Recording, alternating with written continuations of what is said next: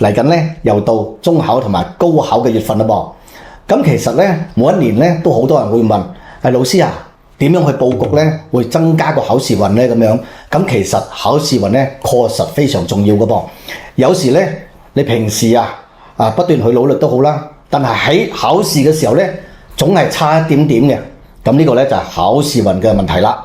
今年嚟講咧，大家可以多利用咧就係呢個東南面啦。點解咧？因為東南面咧就係傳統嘅咧文昌星嘅位置，再加上今年多咗一個九字星，咁咧四九同科嚟講咧呢個位置係特別重要嘅。另外一個位置咧就係東北面啦。呢兩個地方同時佈局咧係幫助咧呢個人嘅考試運嘅噃。咁點樣去佈局咧？可以喺東南面呢個位置咧種一盤富貴竹，咁4支嘅，咁上面咧可以擺9封利是封。每一個利是封入邊咧，記得啦，要寫咩咧？金榜題名名列前茅等等呢啲咁嘅字啦，重複都唔緊要嘅噃。咁最好咧就水種嘅，再加上咧文昌塔。文昌塔要記住啦，要7層嘅噃嚇。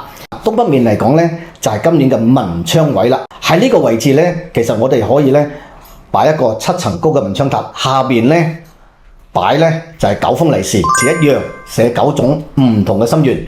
特別咧，如果你係高考中考嘅，一定要係咩咧？金榜題名、名成利就，或者係名列前茅等等啦。如果你唔明白嘅，留言我話俾你聽啦。記得點讚關注哦。